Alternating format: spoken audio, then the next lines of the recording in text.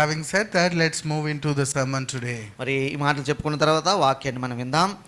It is a continuation of what we have discussed last week. మరి పోయిన వారము మనం ఏదైతే మరి చర్చించుకుంటూ వస్తున్నామో దాని యొక్క కొనసాగింపు ఇది. My heart was crying so much to speak about the Palm Sunday and triumphal entry of Jesus, but since I left you hanging last week, so I wanted to complete that this week. మరి ఈ మాటల ఆదివారం గురించి చెప్పాలని ఎంతో ఆశపడుతున్నాను, మరి ఎంతో కోరిక ఉన్నది. కానీ మరి పోయినసారి వర్తమానం సగమే మనం చెప్పుకున్నాం, ఈ వారం దాన్ని పూర్తి చేసుకుందాం అనుకున్నాం కనుక తప్పని పరిస్థితుల్లో ఈ వాక్యాన్ని నేను చెప్తూ ఉన్నాను. Last time we have seen about the false repentance and then Christian repentance. మరి నిజమైన క్రైస్తవ పశ్చాత్తాపం అంటే ఏమిటి, అబద్ధపు లేక మోసపు పశ్చాత్తాపం అంటే ఏమిటి అనేది పోయినసారి మనం చూడటం జరిగింది. False repentance is again choosing repenting for the bad stuff we have done and again choosing making a decision to do good works.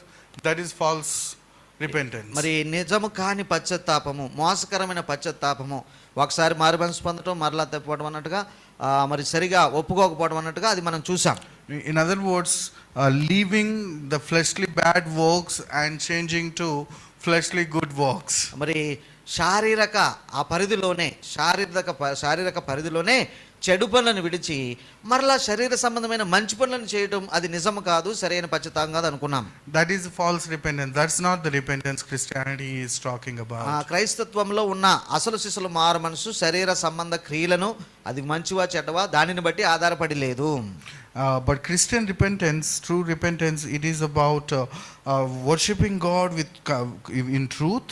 మరి సత్యముతో ప్రభుని ఆరాధించడం అనేది, completely depending on Christ, మరి క్రీస్తునందు సంపూర్ణంగా ఆధారపడటం అనేది మరి అది నిజమైన మారు మనసు. having no confidence in the flesh. మరి అలాగే శరీరమునందు ఏ అతిశయోక్తి కలిగి ఉండకుండా ఉండటమే నిజమైన మారు మనసు అనుకున్నాం. No confidence in the good works that we are doing. మరి సత్క్రియలు చేసేసి దాని మీద ఆధారపడిపోకుండా ఉండటమే నిజమైన మారు మనసు. Not having confidence on the good works we did before coming to Christ and the good works we do after coming to Christ. ప్రభునందు రాకముందు చేసిన మంచి పనులు కాదు, లేదంటే ప్రభువులోనికి వచ్చిన తర్వాత చేసిన మంచి పనులు ఆ క్రియలను బట్టి కాదు నిజమైన మారు మనసు ఆధారపడి ఉండేది. No matter whether they are good or bad, ultimately Isaiah says all our good works are filthy rags in the sight of God. మరి ఏదైనా మరి ప్రభు దగ్గరికి వచ్చినాక చేసినా మరి ముందు చేసినా అన్నట్టుగా శరీర సంబంధమైన క్రియలు దేవుని ఎదుట మురికి గుడ్డలు అని యెషయా ప్రవక్త చెప్తూ ఉన్నాడు. If we depend on our flesh, no matter what good thing you bring, it is not going to be accepted in the sight of God. మరి శరీర సంబంధమైన క్రియలు అవి మంచివా చెడ్డవా అనేవి మరి ఏ రకమైనటువైనా దేవుని ముందు అవి అంగీకరింపబడవు. The good works that depend on the flesh are like sugar. మరి ఈ శరీర సంబంధమైన మంచి పనులు ఈ యొక్క షుగర్తో మనం పోల్చవచ్చు, పంచదారతో అన్నట్టు. They are very sweet. మరి అవి చూడడానికి చెప్పుకోవడానికి రుచిగా అన్నట్టుగా తీపిగా ఉంటాయి. But the end of the day they are white poison, as many of us speak about it. మరి మీకు తెలుసు అనుకుంటాను, షుగర్ మనం అనుకున్నంత మంచిదేం కాదు, దాన్ని తెల్ల విషం అంటూ ఉంటారు కదా, అట్లాంటివి శరీర సంబంధమైన మంచి క్రియలు. So if we depend on those good works, we are not going to be we are not going to make God happy. మరి శరీర సంబంధమైన మంచి క్రియలు చేసినప్పటికీ మరి అవి దేవునిని సంతోషపరచనేరవు.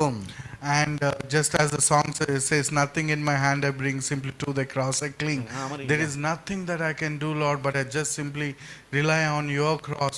That is the true repentance Bible is speaking మరి about. నేను తీసుకుని రావడానికి నా చేతిలో ఏమీ లేదు ప్రభా, నేను నీకు ఇవ్వడానికి ఏమీ లేదు, కానీ ఇదిగో ఆ యొక్క సిలువకు నేను హత్తుకుని ఉంటున్నాను, అదే నేను నీకు ఇవ్వగలనన్న ఒక పాట సందర్భంగా మనం పాడుకుని ఉన్నాం. We have discussed about this in the last week. మరి ఆ యొక్క విషయాలు మనం పోయిన వారం మనం చర్చించుకున్నామండి. And today what we are going to do is, how was the repentance in the life of Paul? మరి పౌలు గారి జీవితంలో ఈ యొక్క నిజమైన మారు మనసు ఎలా కలిగింది అనే సంగతిని సాయంకాలం మనం చూడబోతూ ఉన్నాము. And let's continue reading the scripture. మరి ఆ యొక్క వాక్యం కొరకు దాన్ని చదువుకుందాం చూడండి, లేఖనంలో కొనసాగింపుగా.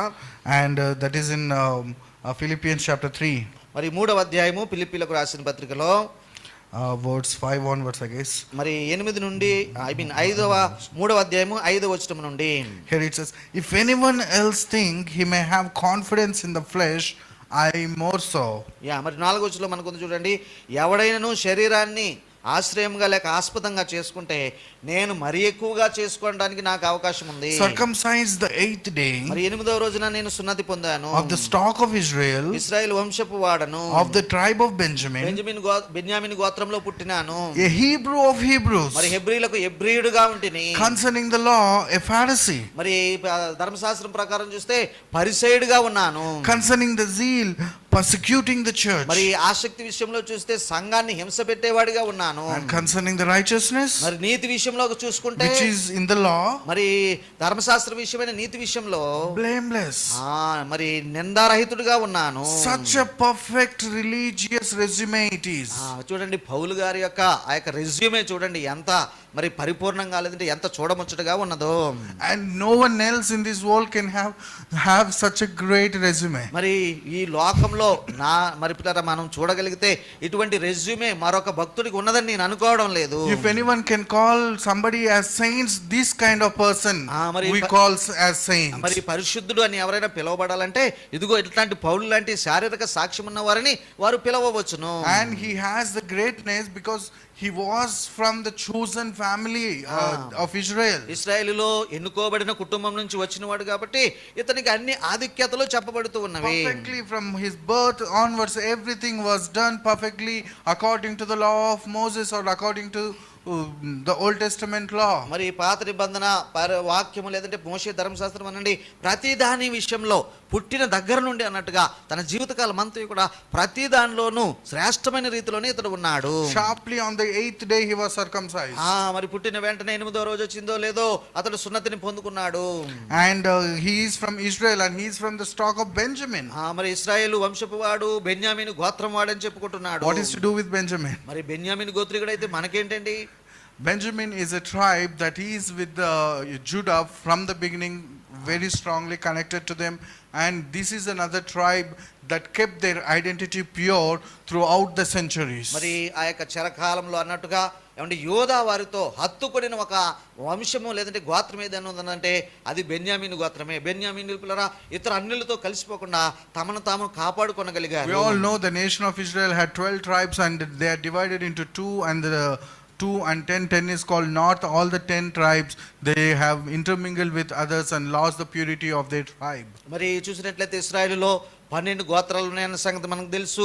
తర్వాత 2 భాగాలుగా విడిపోయి 10 గోత్రాల వారు చెరకపోయి అన్యులతో కలిసిపోయినట్టుగా వారు చెదిరిపోయినట్టు చూస్తూ ఉన్నాం. Only Judah and Benjamin they remained pure. మరి యూదా అలాగే బెన్యామీను గోత్రికులు మాత్రమే తమ గోత్రాలు మరి అన్యులతో కలిసిపోకుండా మరి కాపాడుకోగలిగిన పరిస్థితి కలిగింది. And this tribe people they gave the capital city called Jerusalem. మరి 2 గ్రూపుల వారైనా 2 వంశాల వారైన గోత్రాల వారైనప్పటికీ వీరికి ప్రముఖమైన యెరూషలేము పట్టణము వారికి కేంద్రకముగా ఉండింది. So they gave that city. మరి యెరూషలేము అనే ఆ యొక్క ప్రముఖమైన పట్టణాన్ని వారు రాజధానిగా చేసుకుని పాలించారు. Which means they all must be surrounded around Jerusalem only. మరి ఎందుకంటే వారికి ప్రారంభం నుండి కూడా వారి పట్టణాలు అంటే యెరూషలేము చుట్టూతానే వారు ఉంటూ ఉన్నారు కదా. Which are like in Telugu we call Agraharam, right? Which are very religious people of that particular temple. మరి ఆ యొక్క మత సంబంధమైన మరి ఆసక్తి కలిగిన వారు ఉండే ఒక స్థలముగా ఆ యెరూషలేము వారికి ఉండినది. So these people are very religious. కాబట్టి యెరూషలేము Apostle Paul is saying even according to the flesh where his involvement is not there, even according to that also he is having the perfect religious resume. కాబట్టి ఇట్లా యెరూషలేము విషయంలో బెన్యామీను విషయంలో ఏమంటే ప్రాంతం విషయం చూసినా జాతి విషయం చూసినా ఇదిగో నేను ధర్మశాస్త్ర విషయంలో చూస్తే అనింద్యుడను లేదంటే నా యొక్క రెజ్యూమే చూడండి ఎంత పరిపూర్ణంగా ఉన్నదన్నట్టుగా చెప్పుకుంటున్నాడు. Regarding his works and righteousness, మరి నీతి సంబంధమైన క్రియల విషయంలో చూస్తే he is a Hebrew of Hebrew. హెబ్రీలకే నేను హెబ్రీయుని అంటూ ఉన్నాడు. What is this phrase means actually? దాని అర్థం ఏంటండి నిజానికి? Actually many Jews are scattered across the Roman Empire. మరి యూదులందరూ కూడా పిల్లరా రోమా సామ్రాజ్యము ఎంతవరకు అయితే ఉందో అదంతా చెదిరిపోయి ఉన్నారు. we call them Jewish diaspora. మరి ఇవన్నీ చెదిరిపోయిన యూదులు అనే పేరు పెట్టారు. And these people, they are living in foreign countries. మరి వారు విదేశాల్లో జీవిస్తూ ఉంటారు. And among them, some of them were like, open. Like, they mingled with other cultures like Greek culture. They accepted various things in Greek philosophy and all. మరి ఇలా చెదిరిపోయిన వారి పిల్లరా, వారు ఏ దేశానికైతే చెదిరిపోయారో అక్కడ ఉన్న స్థానిక సంస్కృతితో వారు కలిసిపోయి వారి యొక్క నిజత్వాన్ని పోగొట్టుకుని ఆ స్థానికులతో కలిసిపోయినట్టుగా వారు ఉన్నారు. But some of them, no matter where they are, even if they are in foreign country, it doesn't matter what sort of influence is coming from outside, they have decided to stick to their religious living, to their religion, to their God, to their family and their tradition and to their book. అలాగే మరికొంతమంది అయితే నిష్ఠగా ఉండి వారి యొక్క గోత్రానికి, వారి యొక్క కార్యక్రమాలకు, వారి ధర్మశాస్త్రానికి లోబడి ఉండి వారు విదేశాల్లో ఉన్నప్పటికీ నిష్ఠ కలిగిన యూదులుగా వారు ఉండటం జరిగింది. If you give any example like that in Old Testament, Shadrach, Meshach, Abednego are the kind of people. మరి వీరికి ఒక మంచి ఉదాహరణగా మరి దానియేలు గ్రంథంలో మనకు కనబడే షద్రకు అనే, మరి మేషాకు అని, అబేద్నగో అనే భక్తులు అట్లాగా వారు ఉన్నారన్నమాట. So he is a Hebrew of Hebrew, which means he is telling, though he is in foreign country, he is perfectly maintained his religious identity and life and righteousness according to the book. మరి హెబ్రీలకు హెబ్రీడ్ అంటే అదండి అర్థం. ఆ యొక్క ధర్మశాస్త్రం ప్రకారము నేను వేరే దేశంలో ఉన్న పరాయి ప్రాంతాల్లో ఉన్నప్పటికీ నేను ధర్మశాస్త్రాన్ని పాటిస్తాను, నిష్ఠ కలిగి ఉంటానన్న విషయం అది. He is the Orthodox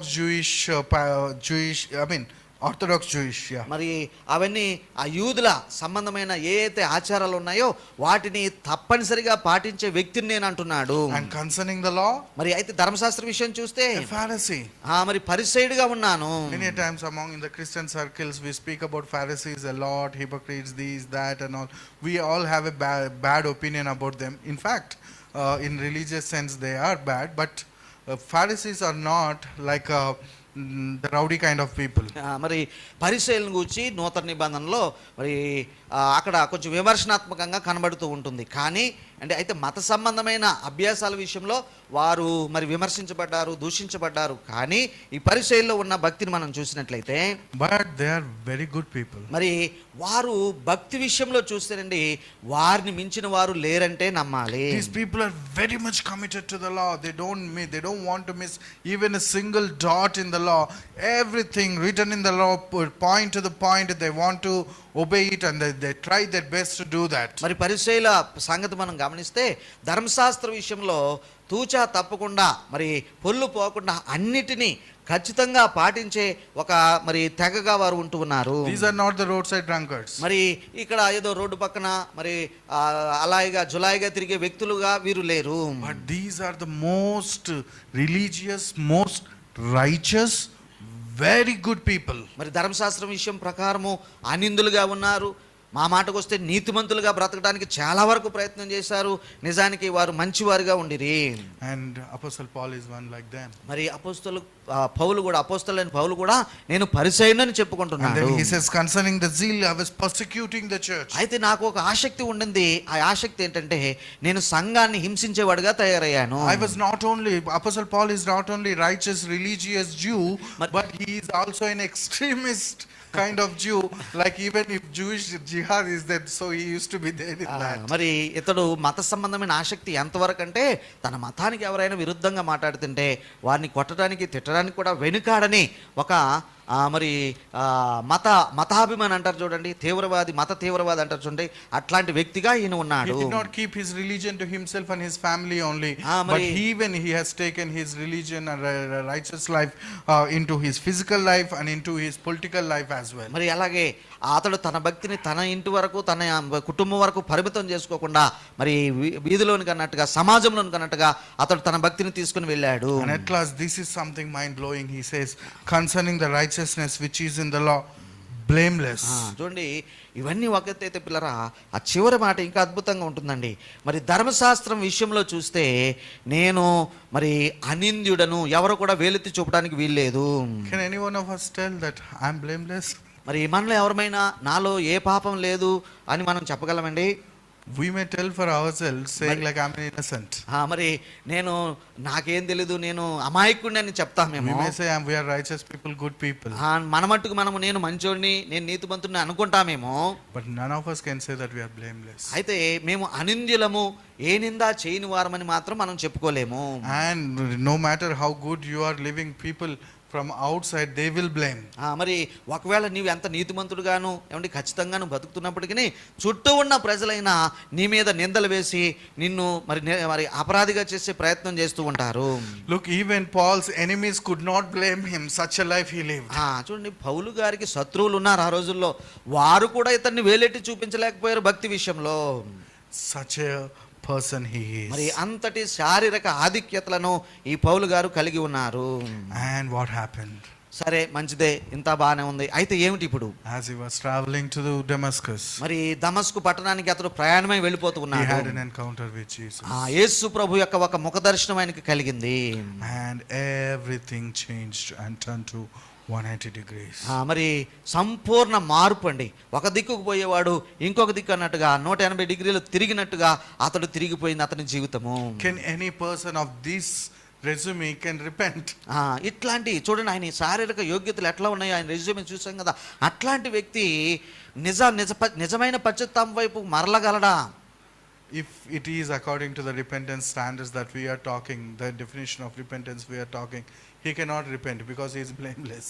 ఎందుకంటే ఇంతటి యోగ్యతలు కలిగిన వ్యక్తి శారీరక విషయంలో ఏమంటే ఈయన ఎందుకు మారు మనసు పొందాలా అన్నట్టుగా మనకు అనిపిస్తూ ఉంటుంది. మారు మనసు పొందనక్కర్లేదు, లేదంటే పొందలేడు అన్నట్టుగా మనకు అనిపిస్తూ ఉంటుంది. That is because of our definition of repentance. ఎందుకంటే అట్లా ఎందుకు అనిపిస్తుందంటే మారు మనసు అనేది మనకు అర్థం కాక, లేదంటే దాని నిర్వచనాన్ని మనం సరిగా అర్థం చేసుకోక. But when we look at the life of Paul, అయితే పౌలు గారి జీవితాన్ని నిశ్చితంగా మనం పరిశీలిస్తే everything. మరి మరి క్రీస్తును కలుసుకున్న తర్వాత పూర్తిగా అతడు మారిపోయాడు. We may wonder, can anything better than this be there? ఇంతటి యోగ్యతలు కలిగిన ఈ వ్యక్తికి ఇంకా ఏం మంచి కావాలండి, ఇంకా ఏం శ్రేష్టమైనది దొరుకుతుంది? We may not find anything. మరి మనము పైన చూస్తే మనం కనుగోలేము. But he had encounter with Jesus. ఎప్పుడైతే ఆయనకు యేసు ప్రభుతో ఆ యొక్క దర్శనం కలిగిందోనండి, After he had encounter with Jesus, యేసు ప్రభుతో కలిగిన ఆ యొక్క అనుభవం తర్వాత what he says, ఆయన ఏమంటున్నాడో చూడండి. 7. మరి 7వ వచనంలో, But what things were gained to me, these I have counted loss for Christ. 7వ వచనం, ఆయనను ఏవేవి నాకు లాభకరములై ఉండెనో వాటిని క్రీస్తు నిమిత్తము నష్టముగా ఎంచుకున్నాను. When he had encountered all the great resume he had, he found it as rubbish. మరి ఎప్పుడైతే యేసు ప్రభుతో ఆ యొక్క దర్శనం కలిగిందోనండి, యేసు ప్రభుని సంధించాడో ఏమంటే ఆయనకున్న శారీరక యోగ్యతలన్నీ ఇవి ఎన్నికలోనికి రావు అన్నట్టుగా అనిపించినాయి. All the great things of the flesh, his birth, circumcision, whatever he said, he considered as rubbish. మరి తన యొక్క ఇశ్రాయేలు జన్మ, సున్నతి, ఏమంటే ధర్మశాస్త్ర విషయం అనింద్యంగా ఉండటం, ఇవన్నీ కూడా మరి అవన్నీ కూడా ఇప్పుడు పనికిరావు అన్నట్టుగా చెప్తూ ఉన్నాడు. And all his righteous life he considered as rubbish. మరి అలాగే నీతివంతమైన లేక నిందారహితమైన తన జీవితాన్ని అది కూడా క్రీస్తు ముందు పనికిరాదన్నట్టుగా చెత్తతో ఆయన సమానంగా ఎంచేస్తున్నాడు. And all the gains that we consider or he considered before, మరి చూడండి, ఇంతకు ముందు ఏవేవి అయితే లాభకరములను అనుకున్నాడో now he calls them as his loss. మరి ఇప్పుడు వాటిని నష్టంగా ఎంచుకుంటున్నాడు. That is the dependence Apostle Paul underwent. చూడండి, అదండి మారు మనసు, లేదంటే అట్లాంటి మార్పును, సమూల మార్పును పౌలు తన జీవితంలో కలిగి ఉన్నాడు. What is that happened in his life? మరి ఏం జరిగిందండి, నిజానికి ఏం జరిగింది ఆయన జీవితంలో? It is something like the parable of the treasure, pearl of great price. Jesus tells. యేసు ప్రభువారు ఒక ఉపమానం చెప్పారు కదా, విలువగల మంచి ముత్యం దొరికితే ఆ ఉపమానం చెప్పారు చూడండి, అట్లా ఉండింది ఆయన His repentance is not just like, oh God, I used to thief, I used to steal before, now onwards I'm stopping, I'm not going to steal, I'll be righteous. That is not the kind of repentance Paul had. పౌలు గారి యొక్క మారు మనసు పిల్లరా, ప్రభువా నేను దొంగతనాలు చేశాను, అబద్ధాలు ఆడాను, ఇక వాటిని మానేస్తాను, ఇక మంచిగా జీవిస్తాను, అట్లాంటిది కాదు పౌలు గారి మారు మనసు. He was having something good, but he came and when he encountered Jesus, he found something even greater. So in the light of the great thing, he found all that he has is nothing. మరి చూడండి, యేసు ప్రభుతో ముఖాముఖి లేదంటే సంధింపు జరిగిన తర్వాత ఇది గొప్ప విలువ గలదని తెలుసుకున్నప్పుడు ఏమండి ఆయన ఏం చేశాడంటే తనకు ముందున్న యోగ్యతలన్నిటినీ మరి నష్టంగా ఎంచుకున్నాడు. ఇవి లెక్కలోనికి రావనుకున్నాడు. It is like, what the parable of the great pearl, right? విలువ కలిగిన అండి ఆ యొక్క వెలకట్టలేని ఆ యొక్క మంచి ముత్యమును కొనవెదుగుచున్న వర్తకుని ఉపమానం మీరు ఒకసారి గుర్తు చేసుకోండి. When he saw that pearl of great price, he sold everything that he has in order to gain it. It is like, no matter what happens, I don't mind losing my life, but I don't want to miss this. చూడండి, ఎప్పుడైతే విలువగల ముత్యాన్ని ఆ యొక్క వ్యవసాయకుడు కనుగొన్నాడో తనకున్నదంతా అమ్మి ఆ యొక్క ముత్యాన్ని కొనుక్కోవడానికి లేదంటే ఆ పొలాన్ని కొనుక్కోవడానికి అతను ఎలాగైతే వెచ్చించాడో అట్లాగే జరిగింది. If I don't get this, my life has no meaning at all. ఎట్లా అనిపించింది అంటే పిల్లలు, అది ఇది నేను పొందుకోకపోతే నా జీవితానికి అర్థమే లేదన్నట్టుగా అయిపోయింది. ఇది లేని బ్రతుకు కూడా ఒక బ్రతికేనా, like such a kind of intention. చూడండి, అది ఎంత తీవ్రతతో ఉన్న మాట చూడండి. ఈ విలువగల లేదంటే ముత్యాన్ని నేను పొందుకోవాలి, దాని కొరకు నాకు ఉన్నదంతా అమ్ముకుని ఈ భూమిని నేను కొనుక్కుంటాను అన్నటువంటి ఆ విషయము. That is the repentance Bible is talking about. నిజమైన మారు మనసు కూర్చున్నటువంటి వివరము బైబిల్ అలా చెప్తుందండి. I wonder sometimes when I hear some people give testimony saying like, I used to be a rowdy, I used to go and beat people around. మరి కొంతమంది సాక్ష్యాలు వింటుంటే నేను కొంచెం ఆలోచిస్తూ ఉంటాను. వాళ్ళు చెప్తారు, నేను అల్లరిగా ఉండేవాడిని, వాళ్ళని వెళ్ళి ఇబ్బంది పెట్టేవాడిని, రౌడీలాగా ఉండేవాడిని అని చెప్తూ ఉంటారు. So when I go, people used to run away. నేను వీధిలో వెళ్తుంటే నన్ను చూసిన వారు పక్కకు దాక్కునేవారు, పరిగెత్తేవారు అని చెప్తూ ఉంటారు. When I go and drink a coffee, nobody would ask me for the bill. మరి నేను ఆ షాపుకి వెళ్ళి టీనో కాఫీనో తాగితే వాడు నన్ను డబ్బులు అడిగే ధైర్యం కూడా చేయలేకపోయేవాడు అని చెప్తారు. Go to grocery store, they themselves will pack things and give me. కూరగాయల షాపుకి వెళ్తే వాళ్ళే నేను అడగకుండానే కావాల్సిన ఇచ్చేసి డబ్బులు కూడా తీసుకునేవారు కదా అని చెప్తూ ఉంటారు. I used to plan for murders and make plots. మరి ఎవరినైనా చంపాలన్నా ఎవరికైనా స్కెచ్ వేయాలన్నా నన్నే సంప్రదించేవారని చెప్తూ ఉంటారు. And I had 7 warrants against me. మరి నా ఎదుట 7 కేసులు నా మీద పెట్టబడ్డాయని చెప్తూ ఉంటారు. But I believed in Jesus now. అయితే ఇప్పుడు నేను యేసుప్రభుని నమ్ముకున్నాను. I left everything of such sort. మరి అటువంటి విధానాల విషయాలు ఆ యొక్క జీవిత విధానం అంతా నేను వదిలేసుకున్నాను. Before I used to be like a tiger, now I'm living like a cat. మరి నేను ఇంతకు ముందు మరి ఒక సింహంలాగా బతుకుని ఇప్పుడు ఒక పిల్లిలాగా బతుకుతున్నానని చెప్తూ ఉంటారు. I don't understand whether they are sharing a testimony or whether they are missing their previous life. చూడండి, వీళ్ళ సాక్ష్యాలు వింటుంటే ఆ యొక్క రౌడీలాగా బ్రతికిన గొప్ప జీవితం పోయిందని బాధపడుతూ చెప్తున్నారా అన్నట్టుగా అనిపిస్తూ ఉంటుంది. Haven't you heard such stories? మరి అట్లాంటి సాక్ష్యాలు ఎప్పుడైనా మీరు విన్నారా? I hear every day one. రోజుకి ఒకటి నాకు వస్తూ ఉంటది. Okay, so many a times we consider this is repentance. చూడండి, ఇదే నా మారు మనసు అంటే ఇదే మారు మనసు అని అనుకునే ప్రమాదం కూడా ఉందండి. But repentance is like the pearl of great price. చూడండి, మారు మనసు పిల్లరా ఆ మంచి ముత్యాన్ని కొనవెదుగుచున్న వర్తకుని పోలి ఉంటుంది. When Apostle Paul had an encounter, మరి ప్రభుతో ఒక ముఖాముఖి మరి పౌలు గారికి జరిగినప్పుడు he found that value. మరి ఆ యొక్క మంచి ముత్యం లాంటి విషయాన్ని ఆ యొక్క విలువను అతడు గుర్తించాడు. And in his sight, nothing of that good resume make any sense to him, because he found something greater, in fact greatest thing, that can be nothing greater than that. Such an encounter, such a great thing he found. That's why he wants to leave everything behind and wants to pursue that. That is the repentance. చూడండి, పౌలు గారికి మరి ఎప్పుడైతే ప్రభుతో సంధింపు ముఖాముఖి జరిగిందో పిల్లరా అతడు ప్రపంచంలోనే వెలకట్టలేని విలువ కలిగిన ఆ యొక్క విషయాన్ని కనుగొన్నాడు. అది పొందుకోవడానికి తనకున్న యోగ్యతలన్నిటినీ నష్టముగా పెట్టుకున్నాడు. And if we could not find the value of Christ, క్రీస్తు యొక్క విలువను మనం తెలుసుకోకపోతే, as Paul found, మరి పౌలు గారి లాగా మనం తెలుసుకోకపోతే, either we didn't have any encounter with Jesus, మరి దాని అర్థం ఏంటంటే యేసు ప్రభుతో మనకు ఒక ముఖాముఖి జరగలేదని అర్థము, or we still love our flesh only. మరి లేకపోతే మన శారీరక ఆధిక్యతల్ని మనం ఇంకా పట్టుకొని వేలాడుతున్నామని లేదంటే ప్రేమిస్తున్నామని అర్థము. And if we could not come before Jesus and say, you are that I want, and I am no one, I completely want to rely on you. యేసు ప్రభు దగ్గరకు వచ్చి పిల్లరా, ప్రభా నీవు నాకు నీవే కావాలి, నీవే నా సమస్తము అనేటువంటి ప్రార్థన మనం చేయకపోతే we might have not even encountered Jesus. మరి అట్లాంటి యేసు ప్రభువే శ్రేష్టమైన వాడు, ఆయనే ప్రముఖమైన వాడు అని చెప్పకపోతే మన మారు మనసును మనం పరిశీలించుకోవాల్సిన అవసరం ఉంటుంది. If we did not feel or have a understanding in our heart that we really can do nothing, we just need to depend on Jesus only, then we did not encounter with Jesus. మరి ఎప్పుడైనా సరే గమనించండి, శారీరక క్రియలను హేతు చేసుకోకుండా క్రీస్తు ఒక్కడు మాత్రమే నాకు ఆధారము అనుకున్న రోజునే, క్రీస్తు మీదనే నేను సంపూర్ణంగా ఆధారపడతాను అనుకున్న రోజునే నిజమైన మారు మనసు అనిపించుకుంటుంది. And if we could not get that, మరి అట్లాంటి అనుభవం మనకు లేకపోతే we did not encounter Jesus. మరి యేసు ప్రభుతో మనకి ఇంకా సరైన ముఖాముఖి జరగలేదనే అర్థం. Once we come to Jesus, యేసు ప్రభు దగ్గరికి వచ్చినప్పుడు and we will say, nothing else is needed for me except this. మరి యేసు ప్రభుతో సంధింపు మాటలు మనకు జరిగినప్పుడు పిల్లరా, ఇక నాకు అవసరమైంది ఈయనే, ఇక వేరే విషయాలు నాకు అవసరం లేదన్నంతగా అది ప్రభావితం చూపుతుంది. And if we didn't have that, we didn't repent. మరి అట్లాంటి అనుభవం మనకు లేకపోయినట్లయితే మనకు మారు మనసు అనుభవాన్ని మరోసారి మనం పరిశీలన చేసుకోవాలి. But let's look at the scripture how Apostle Paul's repentance looked like. మరి అపోస్తలుల యొక్క పౌలు గారి యొక్క మారు మనసు ఎలాగా కనబడుతుందో మరికొన్ని లేఖనాలు మనం చూద్దాం. When he encountered Jesus, not only the religious thing, he counted all the things that he has as rubbish. మరి యేసు ప్రభుతో ఎప్పుడైతే ఒక సంధింపు జరిగిందో మరి అప్పుడు తనకున్న మత సంబంధమైనవి, శారీరక సంబంధమైన సమస్తాన్ని అతడు మరి చెత్తతో సమానంగా ఎంచుతున్నాడు. His repentance looks in 3 steps. మరి 3 విధాలుగా 3 అడుగులలో లేక 3 మెట్లలో ఆయన యొక్క మారు మనసును మనం చూడవచ్చు. Number 1, his repentance tells, మరి మొట్టమొదటిగా ఆయన మారు మనసు ఏం చెప్తుందో తెలుసా? I want to be found in him. మరి నేను ఆయనలో ఉండిపోవాలి, లేదంటే ఆయనలో కనుగొనబడాలి అన్నట్టుగా. In other words, I don't want to have any identity for myself except in Jesus. మరి యేసుక్రీస్తులో తప్ప నాకు గుర్తింపు అనేది అవసరం లేదు, నేను ఆయనలో కనుగొనబడాలనేటువంటిది ఒక మెట్టు.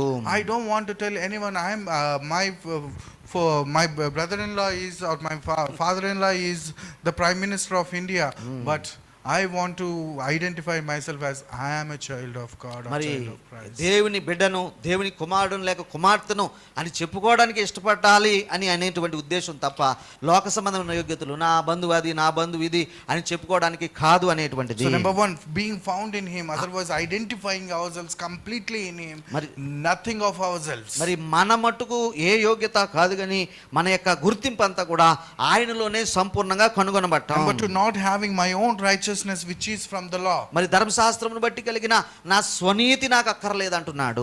I used to live good, that is about my identity. No, that is not the identity we want to find, but I want to be in Christ. మరి క్రీస్తునందు ఉండటమే నేను కోరుకుంటున్నాను, క్రీస్తు నీతి నాకు కావాలి కానీ ధర్మశాస్త్రం వల్ల ఒకవేళ నేను అనింద్యుడును లేదంటే పరిపూర్ణంగా ఉన్నప్పటికీ అది నాకు అక్కర్లేదని చెప్తున్నాడు. I don't want to be recognized as a Christian because I used to live a religious life. భక్తిగా నేను భక్తి చేస్తున్నాను, భక్తి సంబంధమైన జీవితం జీవిస్తున్నాను కాబట్టి నేను క్రైస్తవుడును అని పేరు తెచ్చుకోవటం కాదండి. I want to be recognized in Christ. మరి క్రీస్తులో నా యొక్క గుర్తింపు కనుగొనబడాలి అనేటువంటిదే ముఖ్యము. It's not only for others. మరి ఇతరుల విషయము తర్వాత not only in the sight of others, in our own sight. If we think I want to be a good Christian for which I need to obey each and every commandment in the law, then again we are going back to the flesh. We did not repent. మరి నిజమైన మారు మనసు కానప్పుడు శరీర సంబంధమైన క్రియలను హేతు చేసుకుంటామన్నట్టుగా నా మట్టు నా భక్తి నేను చేసుకోవాలన్న ఉద్దేశము మరలా నిజము కాని పశ్చాత్తాపానికే దారి తీస్తుంది. Either in the sight of the people or in our own sight, it is Christ in whom I find myself. It is in Christ in whom I will be righteous. Not anything of my works, nothing of my devotion, nothing of my religiosity, none of my deeds which are according to the law and the flesh. మరి శరీర సంబంధమైనవో ధర్మశాస్త్ర సంబంధమైనవో నా మట్టుకు నేను చేసిన లేదా ఇతరుల దృష్టిలో పడాలని చేసిన అవి కాదు అన్నట్టుగా నా గుర్తింపు క్రీస్తునందే కనుగొనబడాలి అనేటువంటి. Not having righteousness of the law, righteousness which is from the law, and the third thing is but that which is through faith in Christ. Finding righteousness in faith by having faith in Christ. That is something we seek for ourselves. మరి మన మట్టుకు మనము పిల్లరా ఎటువంటి విషయాన్ని కలిగి ఉండాలంటే క్రీస్తు ద్వారా కలిగే, క్రీస్తునందు విశ్వాసం ఉంచడం ద్వారా కలిగే నీతిని పొందుకోవటమే మరి మరి ప్రముఖమైనది. And that means which is depending completely on the righteousness of God. మరి దేవుడి నీతి మీద సంపూర్ణంగా ఆధారపడటం అనేది దీనిలో మరి అర్థమై ఉంటూ ఉన్నది. These three steps speak about the true Christian repentance. మరి ఈ మూడు మెట్లు నేను ఏదైతే చెప్పానో అసలు సిసలైన క్రైస్తవ మారు మనసును గురించి అవి మాట్లాడుచున్నాయి. Finding in him, మరి ఆయనలో కనుగొనబడటం, not having righteousness by the law, మరి ధర్మశాస్త్ర సంబంధమైన నీతిని ఆధారం చేసుకోకుండా ఉండటం, and finding righteousness only in Christ. క్రీస్తు ద్వారా మాత్రమే నీతిని సంపాదించుకోవటం అనేటువంటివి. And let me tell you, my brethren, unfortunate thing that happens in the church. అయితే సర్వసాధారణంగా మరి ఎక్కడ చూసినా ఏ సంఘంలో చూసినా దురదృష్టవశాత్తు జరిగేది ఏంటంటే, when we talk about repentance, మరి మారు మనసు లేక పశ్చాత్తాపం అనే విషయాలు మనం మాట్లాడుతున్నప్పుడు we tell our children, our friends, or anyone, our brethren, మరి మనము మన పిల్లలకో మన ఇరుగు పొరుగు వారికో సహోదరులకో ఇరుగు పొరుగు వారికో చెప్పేది ఏంటంటే, our repented life should look like Paul's resume.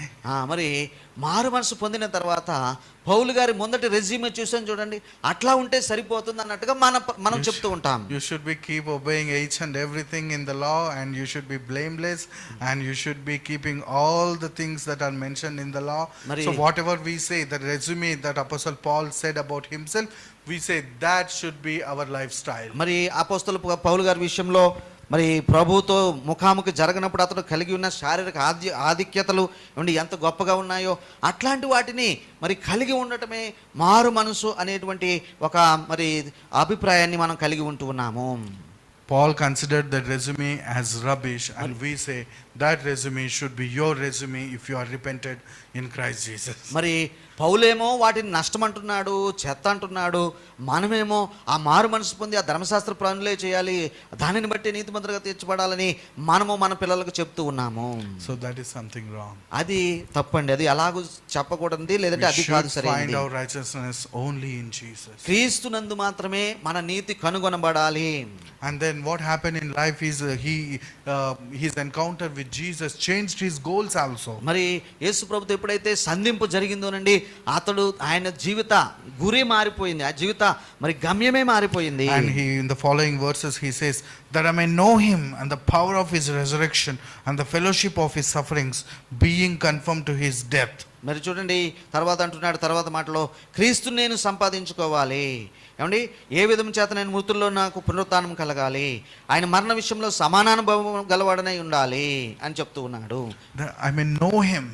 నేను ఆయనను ఎరుగు నిమిత్తము, and I want to know the power of his resurrection, ఆయన పునరుత్థాన బలమును ఎరుగు నిమిత్తము, ఆయనను ఆయన పునరుత్థాన బలమును ఎరుగు నిమిత్తమును, the power of his fellowship of his suffering, మరి శ్రమలలో పాలివాడనగట ఎట్టుతో ఎరుగు నిమిత్తమును. and the fourth is being conformed to his death. మరి తర్వాతది మృతుల్లో నుండి ఆయన మరణ విషయంలో సమానానుభవం, నాలుగోది మరణ విషయంలో సమానానుభవము. Nothing of himself. Can you see how Apostle Paul became like a Jesus freak?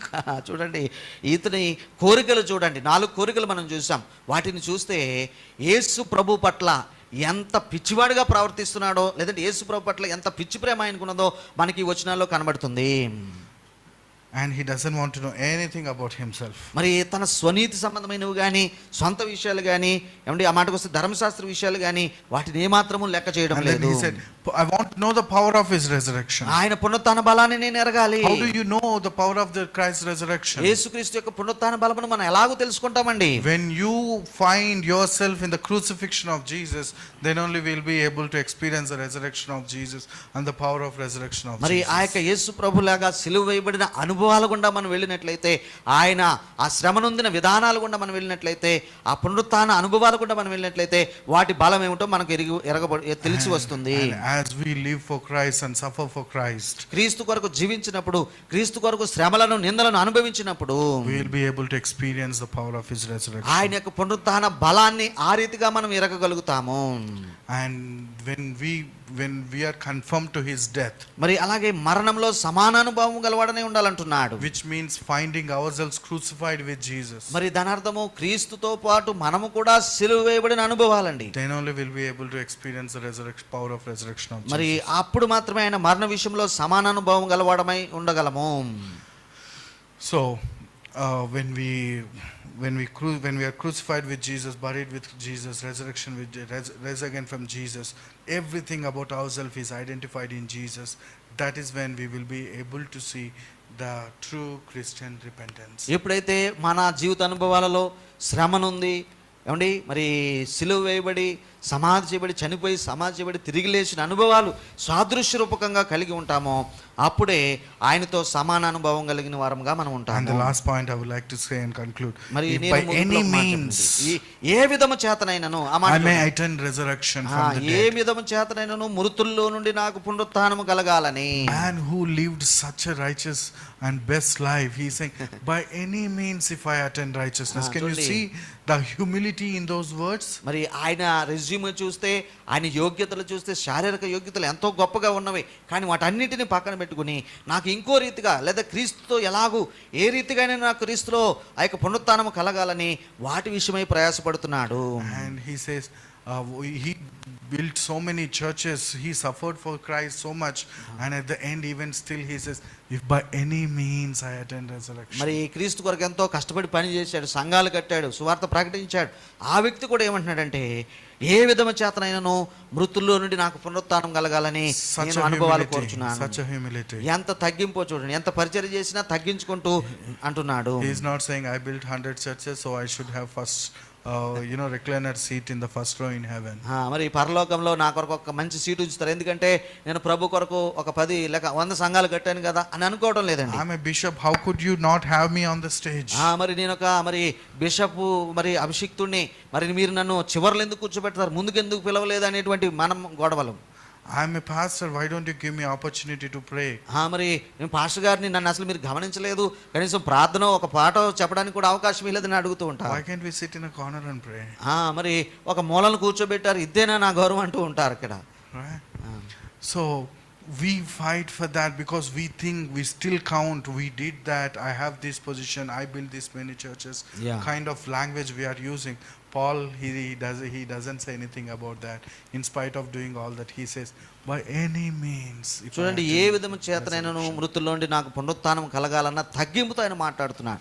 ఎంతో పరిచర్య చేశాడు కానీ తగ్గింపుతో మాట్లాడుతున్నాడు. He says, I don't have anything to boast about myself except what Christ has done for me. The words Livia reminded us this morning. This evening. ఈ సాయంకాల సమయంలో ఒకటే మనం గుర్తుంచుకోవాలండి, నేను చేసింది కాదు, నా ద్వారా క్రీస్తు చేస్తున్న పనే ముఖ్యమైనది అన్నట్టుగా. All what Christ has done. మరి క్రీస్తు ద్వారా జరిగిందే ప్రముఖమైనది. Where did he get this perspective? ఎక్కడ దొరికిందండి ఆయనకి యొక్క అర్థం? ఎక్కడ copy this attitude? ఎక్కడి నుంచి ఆ యొక్క మనస్తత్వాన్ని తెచ్చుకున్నాడు? The scripture portion we read, that is in Philippians chapter 2, which says Jesus humbled himself. మరి ఈ మనస్తత్వం ఎక్కడి నుంచి వచ్చిందో మనం చదవబడిన వాక్య భాగంలో మనం చూసాం. ఫిలిప్పీలకు రాసిన పత్రిక 2వ అధ్యాయము 5వ వచనం నుండి. God, he humbled himself. మరి యేసు ప్రభు దేవుడై ఉండి తనను తాను తగ్గించుకుని ఈ లోకానికి వచ్చాడు. And interesting thing is Jesus performs that many miracles and he says the son cannot do anything on his own except what he sees in the Father. చూడండి, ఎన్నో అద్భుతాలు ఆయన తన పరిచర్యలో ఉన్నప్పుడు, భూమి మీద ఉన్నప్పుడు చేశాడు, గొప్ప గొప్ప కార్యాలు చేశాడు. కానీ ఒక మాట అంటాడు, తండ్రి నాకు చెప్పనిదే చేయమని చెప్పండి, నేను ఏ పని కూడా చేయను అంటాడు. I cannot do anything on myself. నేను నా సొంతంగా నేను ఏమీ చేయను. Only what Father does I see and then I follow. మరి తండ్రి ఏదైతే చేయుట నేను చూస్తానో దానినే నేను చేస్తాను అంటున్నాడు. I don't know, he is a man of such a great wisdom and he says I do not have anything to speak except what I hear from my Father. మరి ఎంతో గొప్ప వ్యక్తే, గొప్ప కార్యములు చేసినాడు, కానీ తండ్రి నాకు చెప్పనిదే నేను ఒక మాట చెప్పడానికి లేదు అంటున్నాడు. And he says, Jesus, when are you going to come back? He says, I don't know, only Father knows. మరి ఇంకొక సందర్భంలో శిష్యులు అడిగారు, ప్రభువా నీ రాకడకు సూచనలు ఏంటి, ఎప్పుడు వస్తావని అంటే నాకు తెలియదు, తండ్రికి మాత్రమే ఆ విషయాలు తెలుసు. I don't think here Jesus is being ignorant of when he is going to come back, but I feel he is expressing his humility before the Father. మరి తండ్రికి గొప్పతనాన్ని ఆపాదిస్తూ తనను తాను తగ్గించుకుంటూ మాట్లాడుచున్న మాటలు అంతే తప్ప మరి నేను రాను లేదంటే అట్లాంటి నిర్లక్ష్య భావంతో మాట్లాడి నేను అనుకోవడం లేదు. Not me, only the Father. మరి ఎంత తగ్గింపు, నాకు తెలియదు, నేను తెలియదు, తండ్రికి మాత్రమే తెలుసు అంటున్నాడు. Paul says, not me, only Christ. మరి పౌలు అంటున్నాడు, నేను కాదు, నా ద్వారా క్రీస్తు చేస్తున్నది. Not I but Christ in me. మరి నేను కాదు, నాలో ఉన్న క్రీస్తు అంటున్నాడు. And that is the Christian repentance. మరి అదండి క్రైస్తవ మారు మనసు. How can we participate in his death, burial and resurrection. మరి ఇక్కడ ఒక మాట మనం అనుకున్నాం, ఆయన మరణంలోను శ్రమల్లోను ఏమండి ఆ యొక్క మరి సమాధిలోను మనము పాలు పంచుకోవాలి, పునరుత్థానంలో సమానానుభవం కలిగిన వారమై ఉండాలనుకున్నాం కదా. అది ఎలా జరుగుతుంది? One of the ways we can do that is by participating in communion. మరి ఆయన మరణ శ్రమలలో పాలివారం అగుట, అది మనము సాదృశ్య రూపకంగా ఎలా చేస్తున్నామంటే ఆయన యొక్క శరీరమును రక్తమును భుజించడం ద్వారా As we partake in communion, మరి ఈ సమయంలో ఈ యొక్క బలను మనం సమీపిస్తూ ఉండగా we rest upon the faith in Christ. మరి క్రీస్తునందలి విశ్వాసంతో దాన్ని సమీపించాలి. We partake in his sufferings. మరి ఆయన యొక్క శ్రమలలో మరి వాటిని ధ్యానించుకుంటూ అన్నట్టుగా దానిలో And పాల్గొనాలి. we appropriate his death by death as we participate in the communion. మరి ఆ యొక్క బలలో చేయి వేస్తూ ఉండగా ఆయన మరణ శ్రమలను పునరుత్థానం అన్నట్టుగా జ్ఞాపకం చేసుకుంటూ ఉండాలి.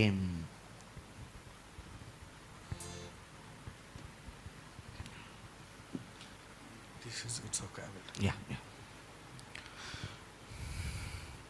For I received from the Lord that which I also delivered to you, that the Lord Jesus on the same night in which he was betrayed took bread, and when he had given thanks, he broke it and said, "Take, eat, this is my body which is broken for you.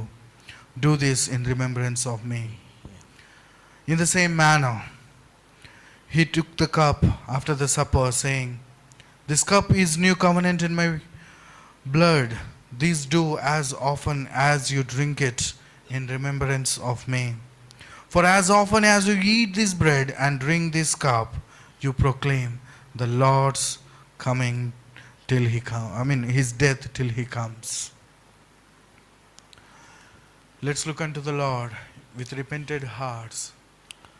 Repent for the sins we have done. Repent for the flesh that we live till now, and ask him that we may completely found in himself. And let us pray. ప్రార్థన చేసుకుందామండి.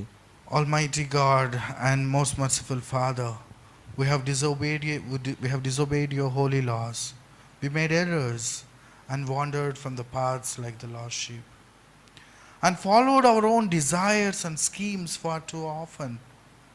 We have also done things that we should not have done, and left done things that we should have done. But you, O Lord, show us mercy. Pardon those who acknowledge their transgressions, and restore those who are repentant, in accordance with the promises you have made to the humanity in Christ Jesus, O Lord. Grant, O merciful Father, for his sake, that we may live a godly, upright, and sober life hereafter, to the glory of your name. Amen. As we come to the table as repentant sinners, Christ wants to assure us his forgiveness. As we come with our struggles, Christ wants to assure us his living presence. As we come with our doubts, Christ wants to touch us with the flesh and the blood reality of his life. In the name of our great high priest, Jesus Christ our Lord, and as his servant, I declare that our sins are forgiven. My brethren, this is the table not of the church, but of the Lord. It is made for those who love him. It is made for those who want to love him more. This is made for those who have great faith. This is for those who have very little. And this is for those who follow him. And this is for those who fail to follow him. And do not hesitate. Come forward and participate, because it is the Lord who is inviting you. And whoever wants to meet him, he wants that should meet him here. You can come forward and collect your elements so that we all can participate in the communion of the Lord.